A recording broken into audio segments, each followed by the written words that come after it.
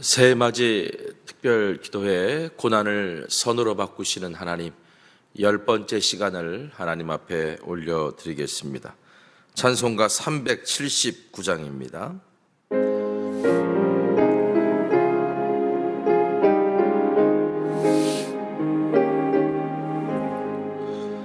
내 갈 길 멀고 밤은 깊은데 빛 되신 주, 저 본향집을 향해 가는 길 비추소서. 내 가는 길 다 알지 못하나 한 걸음씩 늘 인도하소서. 이전에 방탕하게 지낼 때에 교만하여 맘대로 고집하던 이제임 사소서. 내 지은 죄 다 기억 마시고 주 뜻대로 늘 주장하소서. 이전에 나를 인도하신 주, 장래에도 내 앞에 험산 줄령 만날 때 도우소서. 밤 지나고 저 밝은 아침에 기쁨으로 내 주를 만나리.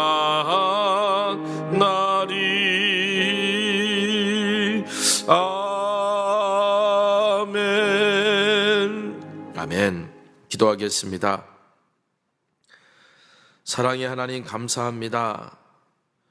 2020년 오늘 마지막 날, 마지막 새벽 시간에 오늘 하나님 앞에 오늘 우리의 마음과 생각과 뜻과 그 모든 것을 드리며 나아가 예배하기를 원하고, 또 그렇게 예배할 수 있는 하나님의 자녀 삼아 주시니 감사합니다.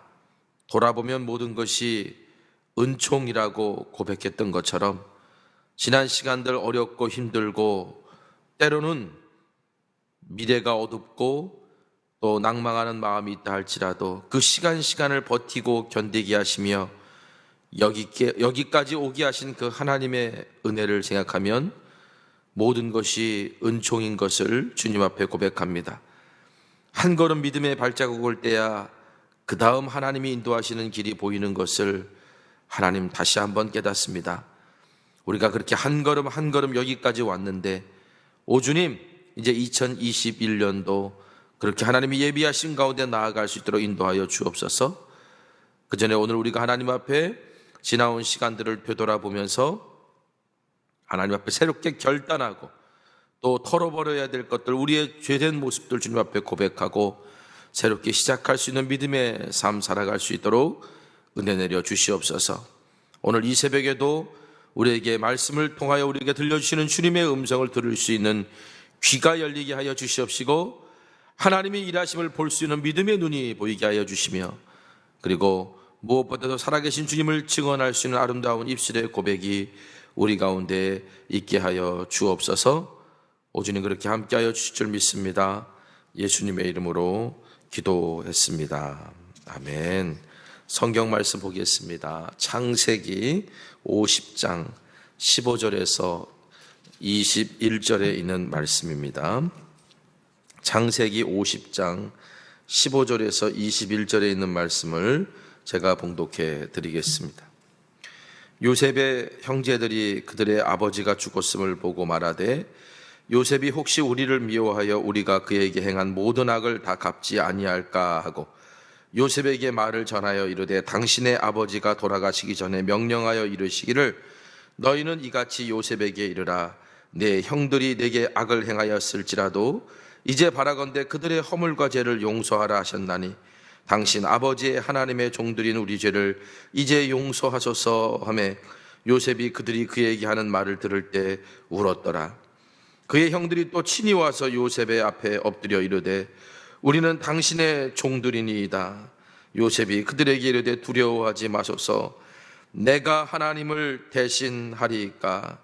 당신들은 나를 해하려 하였으나 하나님은 그것을 선으로 바꾸사 오늘과 같이 많은 백성의 생명을 구원하게 하시려 하셨나니 당신들은 두려워하지 마소서. 내가 당신들과 당신들의 자녀를 기르리이다 하고 그들을 간곡한 말로 위로하였더라. 아멘. 오늘 새해맞이 특별 기도회 고난을 선으로 바꾸시는 하나님 10번째 시간입니다. 우리가 고난을 선으로 바꾸신 하나님이란 주제로 특별 기도회, 새해맞이 특별 기도회를 시작을 했는데요. 새벽은 오늘까지 해서 끝이고요. 그리고 오늘 저녁 송구 영신 예배, 11시 예배도 동일하게 우리가 실시간으로 중계가 되면서 오늘 고난을 선으로 바꾸신 하나님 이야기 마무리를 이제 하려고 합니다. 자, 사람은 저마다 과거가 있습니다. 우리가 살아왔던 2020년도 이제 우리에게는 어떤 글쎄 기억하고 싶지 않을 과거, 아니 뭔가 의미를 남기는 과거가 될 수도 있겠죠. 우리가 2020년을 우리가 나중에 어떻게 기억할까? 오늘 2020년 동안 우리가 해왔던 신앙과 또 때로는 준비했던 이 모든 것들을 나중에 우리가 어떻게 기억할까 한번 또 생각해 봤으면 좋겠어요. 만약에 우리가 지난 2020년에 우리가 아무것도 하지도 않고 아무런 준비도 하지 않고 그냥 손 놓고 있었던 시간이었다면 지난 2020년을 향해서 우리는 그렇게 썩 좋지 않은 기억을 가지게 될 거지만, 그러나 또 2020년을 통해서 지나고 났는데도 그 2020년의 시간들이 그 고난의 시간들, 때로는 그런 어려움의 시간들을 통해서 뭔가 새로운 길을 발견할 수 있게 됐다면 2020년은 또 다른 은혜의 해로도 기억될 수 있을지 모르겠습니다. 이제 오늘 송구영신 예배 때 틀어질 영상을 이제 미리 이렇게 보게 됐는데요. 그 보면서 올 한 해 한 게 별로 없을 것 같잖아요. 그런데 오히려 더 많은 이야기거리들이 사실 있는 것을 이제 보게 되면서 이런 어려움 속에서도 하나님이 우리 가운데 행하신 일들이 있고 우리가 기억해야 될 것들이 있고 우리가 그걸 통해서 은혜라고 고백해야 될 것들이 있구나라는 것들을 생각할 수 있게 되었어요. 사람은 저마다 다 과거가 있습니다. 화려한 과거가 있고 때로는 추악한 과거도 있을 수 있습니다. 다 나름대로 사람들에게는 다 과거라는 것이 있습니다. 자, 그 과거, 지나온 나의 삶을 어떻게 대하느냐, 이것이 바로 지금 오늘의 결정에 그리고 내일을 향한 길을 제시하는데 많은 영향을 준다는 사실을 여러분 혹시 알고 계십니까?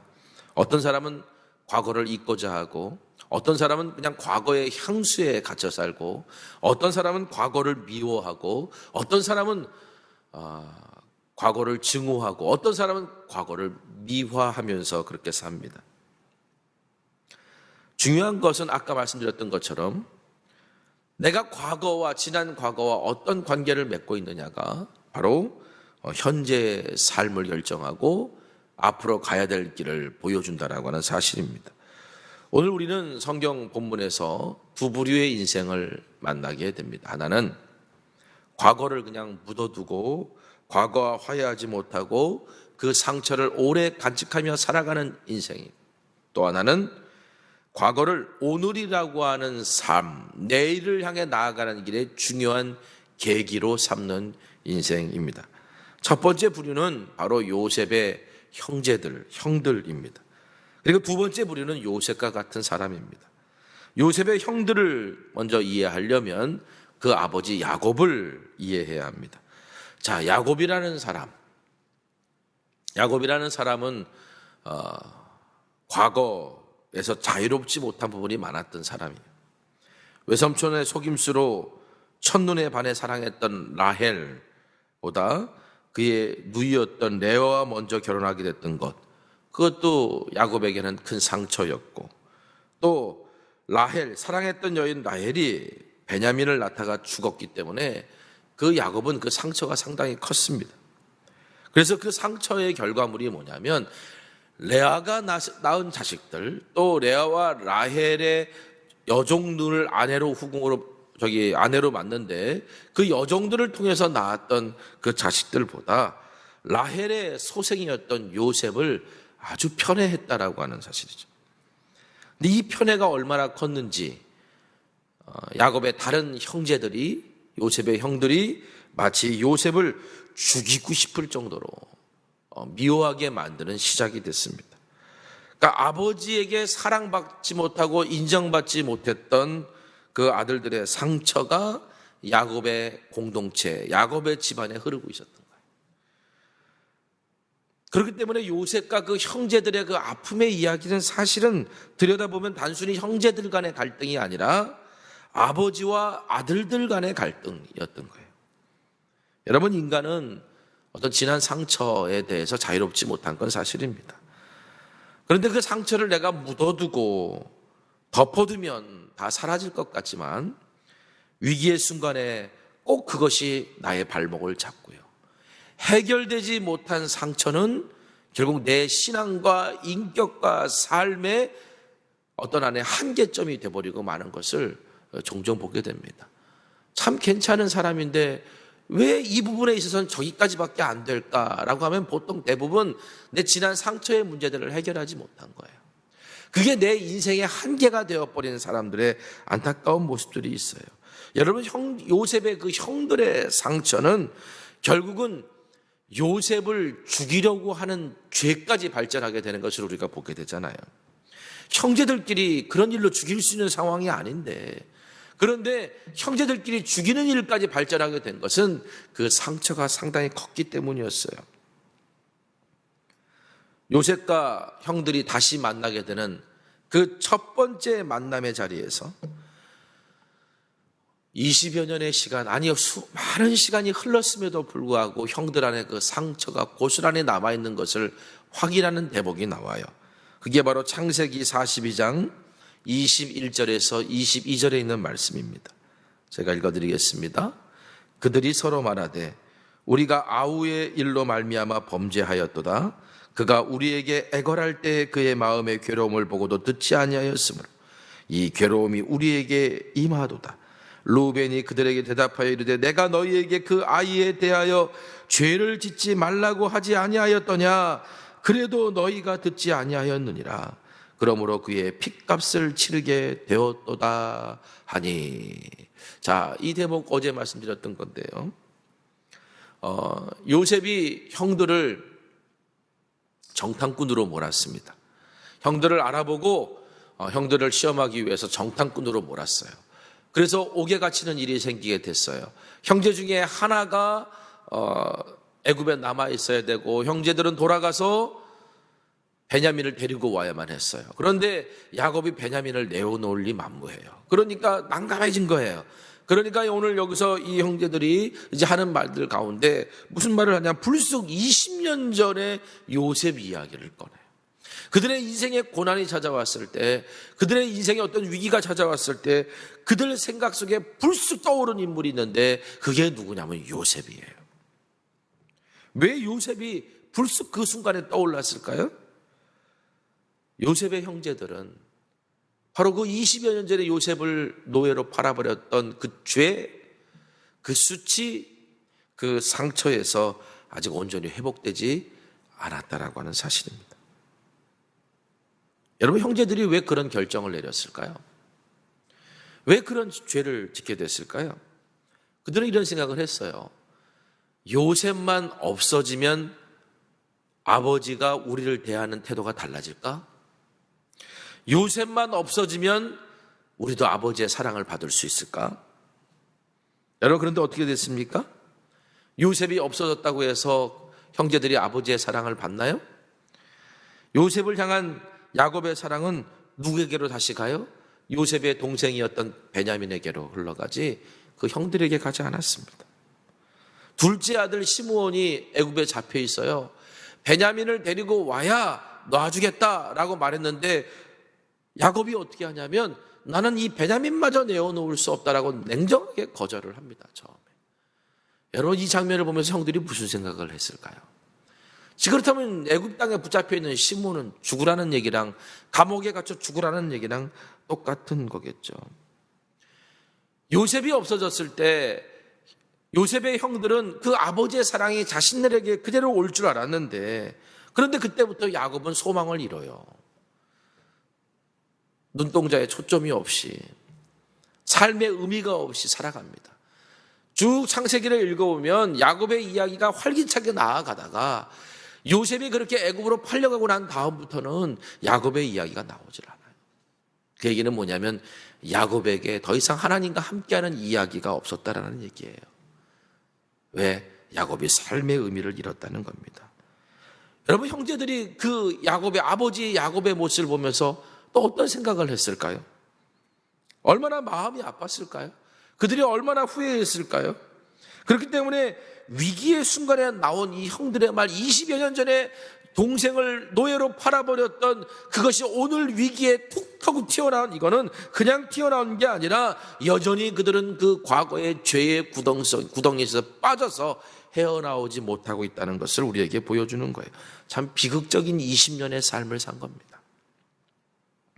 여러분, 회개하지 않은 죄와 치유받지 못하는 상처는 덮어두려고 해도 또 잊으려고 해도 결정적인 순간에 살아나서 바로 오늘 우리를 다시 구렁텅이에 빠뜨리고 오늘 우리의 신앙과 삶의 한계를 만들어낸다는 사실을 여러분 꼭 기억하시길 바랍니다. 그렇다면 요셉은 어땠을까요? 요셉 같은 사람은 어떤 사람일까요? 요셉도 분명 형들에 대한 배신감과 분노에 치를 떨었을 것입니다. 그런데 요셉은 형들과 좀 달랐어요. 왜냐하면 요셉은 지나온 삶을 대할 줄 아는 지혜가 있었던 그런 사람이었습니다. 어떤 사람은 내 지난 과거의 상처, 수치, 부끄러움, 그것이 동기가 돼서 인생의 성공의 자리에 오르기도 해요. 내가 반드시 성공해서 복수하고 말 거다.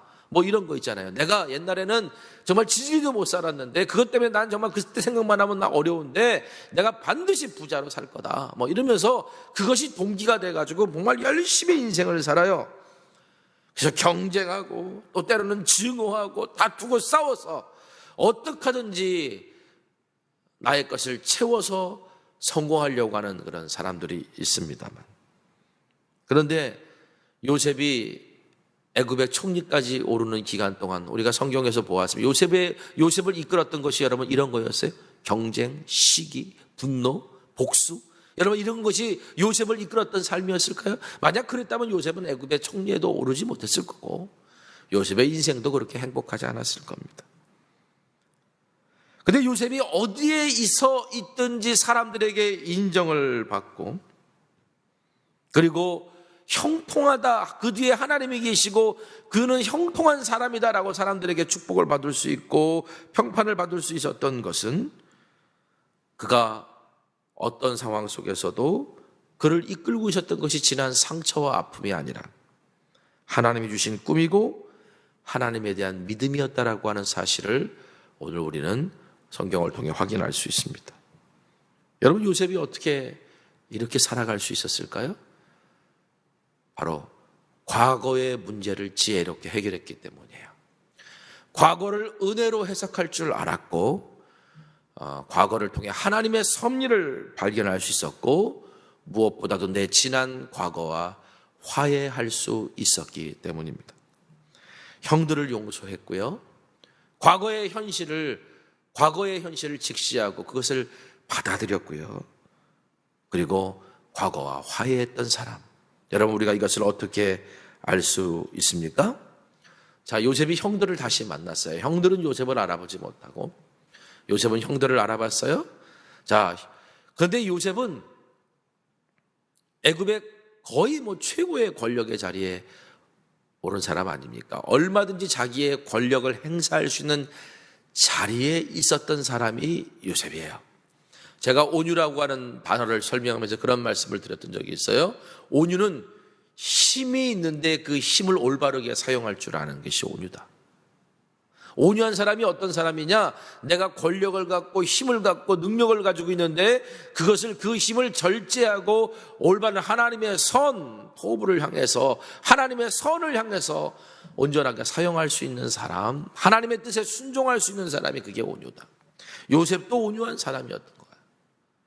형들을 만났을 때 그 형들을 향해서 원한과 복수를 쏟아내지 않습니다. 물론 요셉이 형들을 시험하는 장면이 나와요. 그 시험은 형들을 갖다가 쓰러뜨리려고 하는 시험, 형들에게 어떻게든지 핑계를 뒤집어 씌워가지고, 죄를 뒤집어 씌워가지고 복수하려고 하는 그런 테스트가 아니라,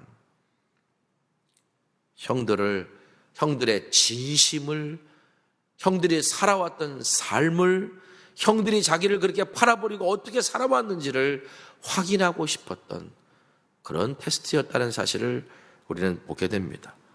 형들이 아까 말씀드렸던 그런 요셉을 우리가 그렇게 하지 말았어야 됐는데라는 이야기를 꺼내는 그 순간, 그 이야기를 듣는 순간 요셉이 어떻게 해요? 42장에 보면 조용히 뒤로 물러나서 울었다. 성경에 그렇게 기록하고 있지 않습니까? 이 울음이 분노에 찬 울음이에요? 원한에 찬 울음이에요? 그렇지 않아요. 과거를 용서한 자, 과거와 화해한 자, 과거를 통해 하나님의 은혜를 발견하고 미래를 향해 나아가려고 하는 자가 울 수 있는 울음이에요. 요셉은 여러 고난을 통해서 과거를 어떻게 대해야 되는지를 배웠던 사람이었습니다. 상처받은 관계는 다시 회복시켜야 되고, 영혼 안에서 골마버린 후회는 털어버려야 되고, 누군가에 대한 미움과 원망은 하루빨리 잊어버리는 것이, 벗어나는 것이 자신의 영혼을 건강하게 지키는 것이라는 사실을 요셉은 그 누구보다도 잘 알았던 사람. 여러분, 그런데 안타깝게도 요셉의 형들은 여전히 그 문제에서 해결되지 못했던 것 같아요. 오늘 본문을 보면 요셉은 정말 진심으로 형들과 화해했고 용서했는데 형들은 그렇지 못해요. 자, 아버지 야곱이 죽었습니다.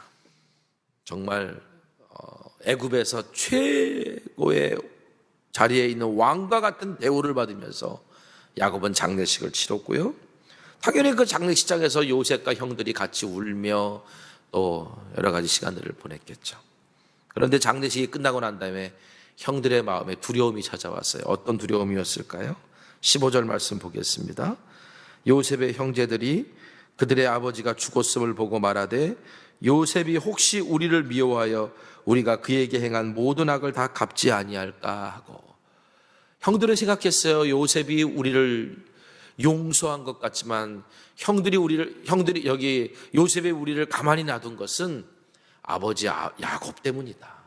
아버지 야곱이 살아있어서 그 그늘 가운데 있었기 때문에 요셉이 우리를 가만히 놔둔 거지. 이제 아버지 야곱이 죽었으니, 아버지의 그늘이 사라졌으니 이젠 우리가 죽었다. 요셉이 우리에게 복수할지도 몰라. 이런 두려움에 사로잡혀서 요셉에게 전가를 보냅니다.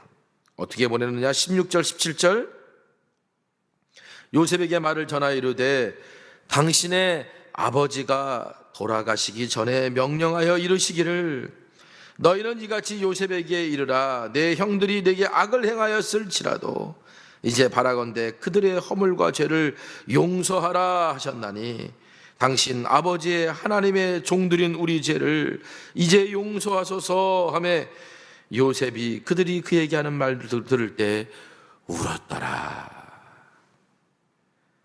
아버지가 생전에 용서해 주라고 하셨으니 제발 용서해 주세요. 요셉의 형들은 죽은 아버지의 뒤에 숨었습니다. 요셉은 형들의 진심을 알았는데, 아니 안 줄 알았는데, 그런데 형들은 요셉의 진심을 모르고 있었다는 사실을 우리는 성경을 통해서 보게 됩니다. 그래서 17절에 보면 요셉이 울었다. 자, 이 울음이 의미하는 바가 뭘까 좀 많이 생각해 봤어요. 아마 여러 가지 감정이 복잡한 것이 있을 것 같아요. 어떤 감정이 있었을까요? 형들이 내 진심을 몰라주네 라고 하는 그 섭섭함 때문에 울었을 수도 있고, 과거의 죄에 대해서 아직까지도 빠져나오지 못하고 있는 형들에 대한 안타까움, 국률, 그것 때문에 울었을 수도 있습니다. 형들이 납작 엎드려서 요셉에게 그렇게 말하는 것을 보면서 이전에 하나님께서 주셨던 꿈이 다시 생각나서 지나온 인생의 고통과 괴로움이 생각나서 울었을 수도 있습니다. 근데 오늘 우리가 결국은 성경을 통해 보게 되는 건 요셉의 형들은 아직도 과거에 얽매인 인생들이었다는 사실을 보게 됩니다. 과거에 얽매인 인생은 진정한 자유를 누릴 수가 없어요. 우리는 과거의 모든 허물과 죄에서 스스로의 노력으로 그것이 해결될 수 있는 게 아니에요. 진정 하나님을 만나고 과거의 고난과 과거의 어떤 부끄러움과 과거의 죄와 과거의 상처를 그 상처를 통해 하나님을 경험하지 않으면 그 과거에서 빠져나올 수 없다는 사실을 우리는 확인하게 돼요. 요셉이 과거와 화해하고 과거에서 빠져나올 수 있었던 것은 그 과거의 아픔과 과거의 수치와 과거의 분노와 과거의 그 원망을 통해서 결국은 하나님을 경험했기 때문에 그 과거에서 빠져나올 수 있었는데, 형들은 자신들의 그 과거의 죄, 과거의 아픔, 과거의 부끄러움, 그걸 통해서 아직 하나님을 경험하지 못했던 거예요. 우리의 노력으로 그것이 자유로워질 수 있는 게 아닙니다. 그래서 그리스도가 이 땅에 오신 거예요. 십자가의 죽으심으로 말미암아 우리 죄를 대속해 주신 거예요. 사도 바울이 갈라디아서 6장 17절에 이렇게 말합니다. 새번역 성경으로 읽어드리겠습니다. 이제부터는 아무도 나를 괴롭히지 마십시오. 나는 내 몸에 예수의 상처 자국을 지니고 다닙니다. 여러분, 우리의 모든 상처 없는 인생이 어디 있습니까? 그 상처의 깊이와 수의 문제가 있을 뿐이지 상처는 다 누구든지 다 끌어안고 살아갑니다. 그런데 우리의 모든 상처를 덮어주시는 더 큰 상처가 있어요. 그게 뭐예요? 예수님이 바로 나 자신을 위해 십자가에서 당하신 고통. 우리의 모든 고난은 바로 그 예수의 상처로 다 덮어진, 예수의 상처로 덮어진다는 것은 결국 다 해결된다는 거예요. 예수님의 상처가 우리의 상처를 다 싸매심으로 말미암아, 우리의 고통을 예수님이 다 받으심으로 말미암아 우리의 과거의 상처와 아픔이 해결된다는 거예요. 그러면 우리가 과거의 상처에 묶여 끌려다니는 인생이 되지 않으려면, 과거의 죄에 끌려다니는 인생이 되지 않으려면 바로 그 과거의 상처와 잘못과 그 죄가 치유되고 용서받고 회복돼야 오늘 우리가 진정으로 오늘 하나님 앞에서 자유로운 인생으로, 미래를 하나님 걸어가시는 길을 발견할 수 있는 인생으로 살아갈 수 있는 거예요. 죄라는 게 그렇더라고요. 그리스도의 사랑이 중요합니다. 그걸 내가 뭐 용서해주고 내가 덮어주는 게 아니에요.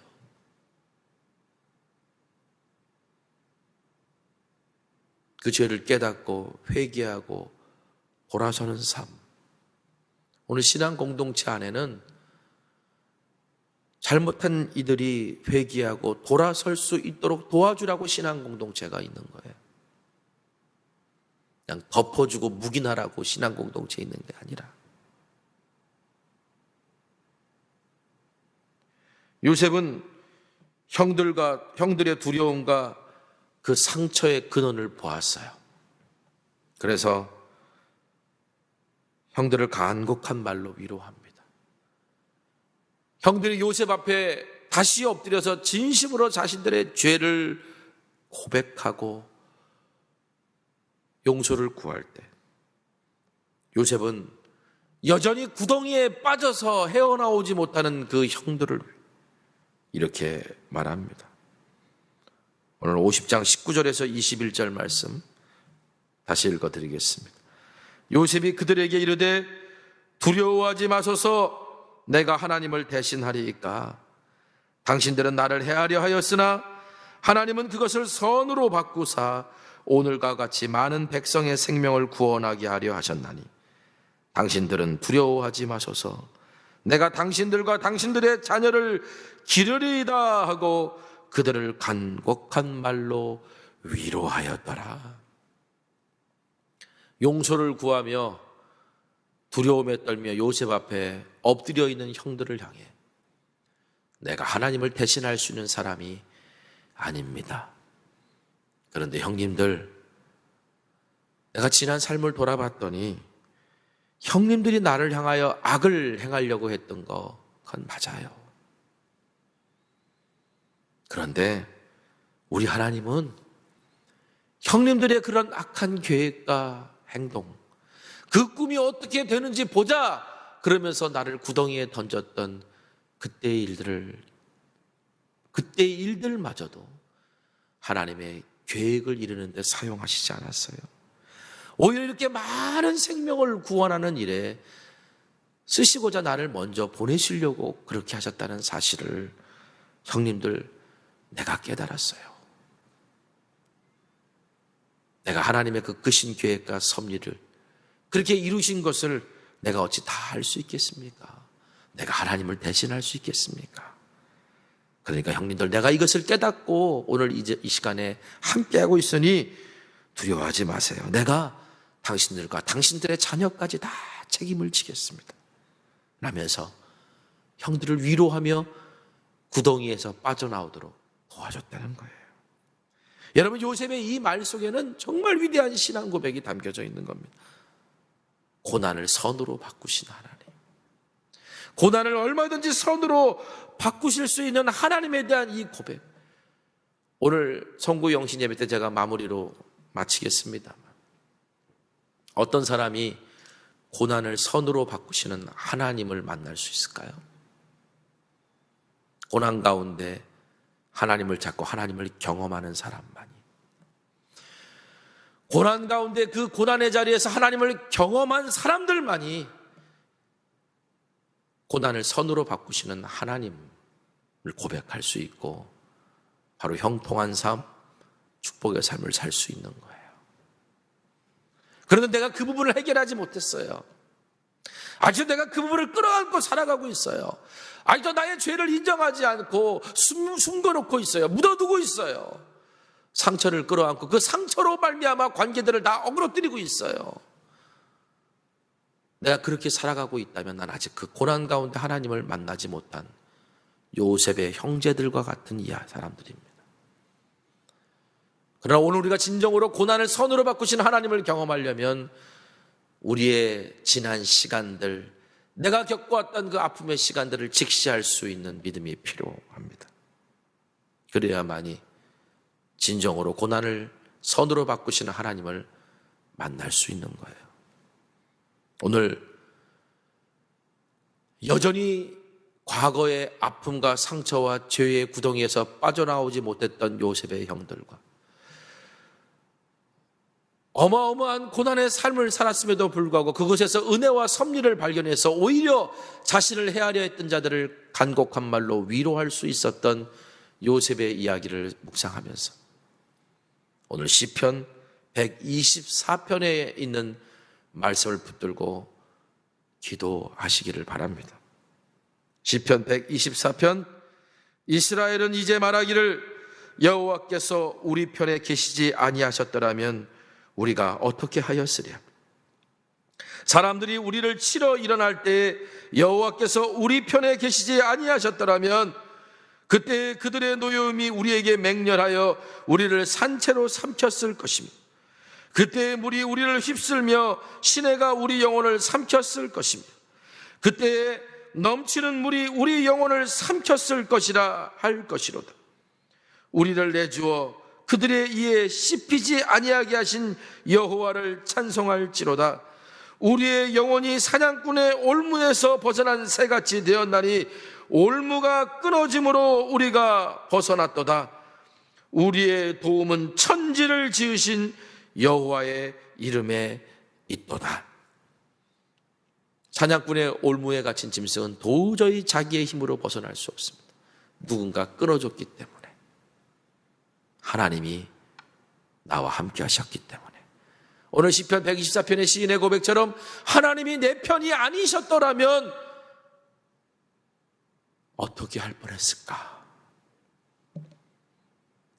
여러분, 오늘 이 시간, 이 새벽에 바로 이 문제를 가지고 같이 기도하시면서 오늘 나를 묶고 있는 모든 올무에서, 과거의 아픔과 상처에서 나를 벗어나게 하시고 고난을 선으로 바꾸시는 진정한 하나님을 고백하며 나도 누군가를 위로하고 그들을 구덩이에서 끄집어낼 수 있는 축복의 통로가 될 수 있게 해주십시오. 기도하는 저와 여러분 되시기를 간절히 소망합니다. 우리 찬양할까요? 나를 지으신 주님.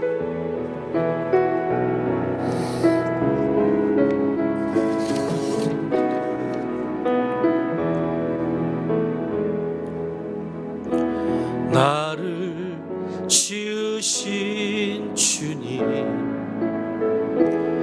내 안에 계셔